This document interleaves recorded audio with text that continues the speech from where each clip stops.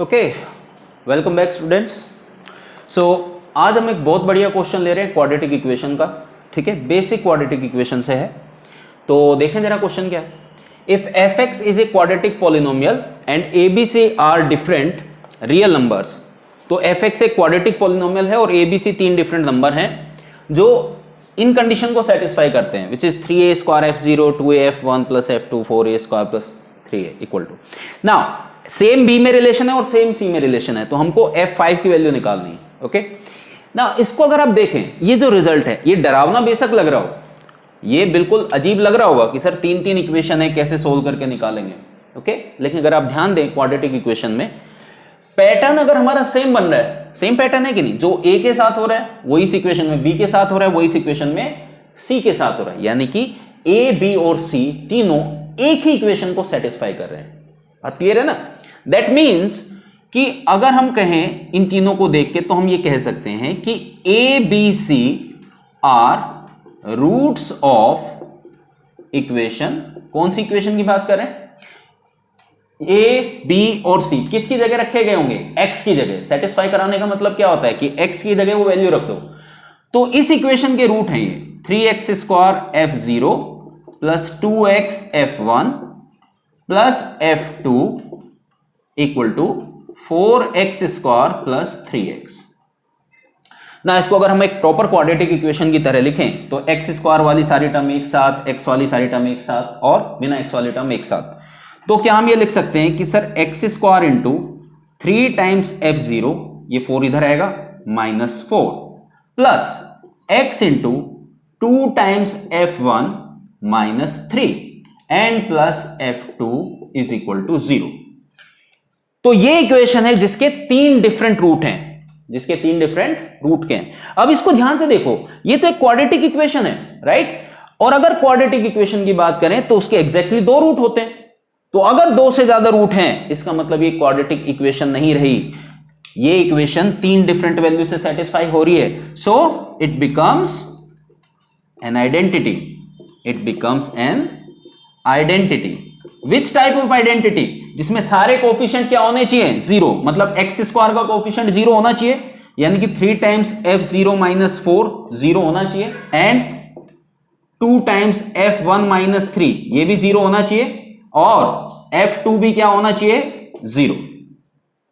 ना अगर हम इससे देखें तो हमारे पास f0 की वैल्यू है 4/3, f1 की वैल्यू है 3/2 और f2 की वैल्यू है 0, राइट। नाउ fx हमारा क्या था? एक quadratic polynomial, right. Quadratic polynomial अगर था तो ऐसा लिखा जा सकता है ना, ax square plus bx plus c की फॉर्म में, राइट। बट हम उस फॉर्म में लिखेंगे नहीं, ध्यान से सुनना। f2 की वैल्यू 0 है, f2 की वैल्यू क्या है? 0। इसका मतलब क्या हुआ? इसका मतलब यह हुआ कि x minus 2 is a factor of fx, right. जो वैल्यू x की किसी भी पॉलिनोमियल को 0 बना देती है, राइट, तो उस इक्वेशन के लिए वो क्या हो जाता है? उस पॉलिनोमियल के लिए क्या हो जाता है? x माइनस 2 क्या हो जाएगा? हमारा फैक्टर हो जाएगा, राइट। अगर किसी पॉलिनोमियल में x की वैल्यू 1 रखने पे 0 बन जाए तो x माइनस 1 उसका फैक्टर, 2 रखने पे 0 बन जाए तो x माइनस 2 उसका फैक्टर, 3 रखने पे बन जाए तो x माइनस 3 उसका फैक्टर, राइट। ये फैक्टर थ्योरम है हमारी। अब इसका हम लोग कैसे फायदा उठाएंगे?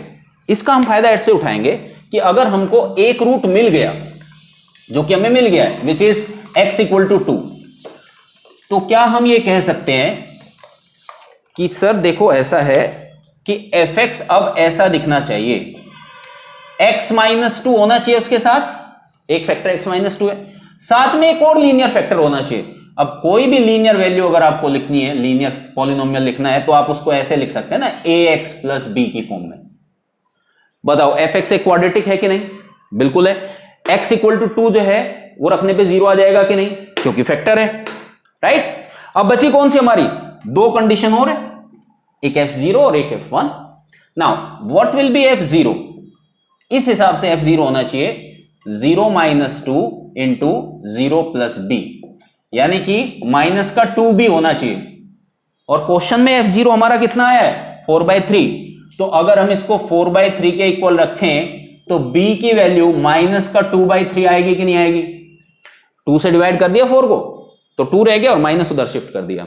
सिमिलरली जो f1 है हमारा वो कितना है, यहां पे रखो 1 माइनस 2, एक्स की वैल्यू 1 रखी, यहां पे रखी a प्लस बी। अब b की वैल्यू कितनी है, -2/3, तो इसको हम लोग a -2/3 लिख सकते हैं कि नहीं, इसको इस तरह से लिखा जा सकता है ना।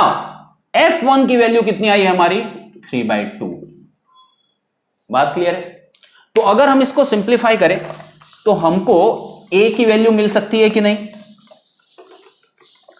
तो हमारी a की वैल्यू कितनी हो गई, a यहां से बन रहा है सर 2 देखो ये -1 है, इसको उधर भेजा तो माइनस साइन बना देगा, तो -3/2 और माइनस का 2/3 उधर भेजा तो प्लस का 2/3 हो गया, तो ये आ गया एलसीएम हो गया 6 -9 प्लस 4 यानी कि माइनस का 5/6। ये हमारी a की वैल्यू है। हमारे पास b की वैल्यू आ गई, a की वैल्यू आ गई, तो इसका मतलब fx कितना है, fx है x -2 इंटू a यानी कि -5/6 इंटू x प्लस b यानी कि माइनस का 2/3। अब क्वेश्चन में हमसे क्या पूछा है, वो कुछ भी पूछ सकते हैं, f5 पूछा है, f6 पूछ सकते हैं, f7 पूछ सकते हैं, कुछ भी पूछ सकते हैं जो उनका मन करे, ठीक है। तो अगर हमको f5 निकालना है तो f5 कैसे निकालेंगे, f5 होगा सर x की जगह 5 रख दो, तो यहां रखा 5 - 2 इंटू -5/6 इंटू 5 -2/3, ठीक है। 5 - 2 हो गया 3, यहां पे माइनस का 25/6 और माइनस का 2/3। इसको अगर हम चाहें तो एलसीएम लेके कैलकुलेट कर सकते हैं, या पहले 3 से मल्टीप्लाई कर दो, तो माइनस का 25/2 और माइनस का 2। अब यहां पे एलसीएम लिया 2, ये हो गया माइनस का 25 और माइनस का 4 यानी कि -29/2। तो f5 की वैल्यू आएगी -29/2। क्लियर है बात। अच्छा क्वेश्चन है, इसमें आइडेंटिटी का कंसेप्ट यूज हुआ है। आइडेंटिटी के कंसेप्ट पे आपको बुक्स में बहुत कम क्वेश्चन मिलते हैं, इसलिए ये क्वेश्चन आपके लिए और भी ज्यादा इंपॉर्टेंट हो जाता है। काफी घुमाया क्वेश्चन को, fx यानी कि पॉलिनोमियल का कंसेप्ट यूज किया, फैक्टर थ्योरम यूज की, और साथ ही आइडेंटिटी वाली जो कंसेप्ट है वो भी यूज किया, ठीक है बेटा। तो ये एक अच्छा क्वेश्चन है, एक दो बार खुद प्रैक्टिस करके देखना, और अगर इससे रिलेटेड कोई और डाउट आपका होता है आइडेंटिटी का तो वो हमें बताना। ओके, चलो बहुत बढ़िया, मिलते हैं नेक्स्ट टाइम।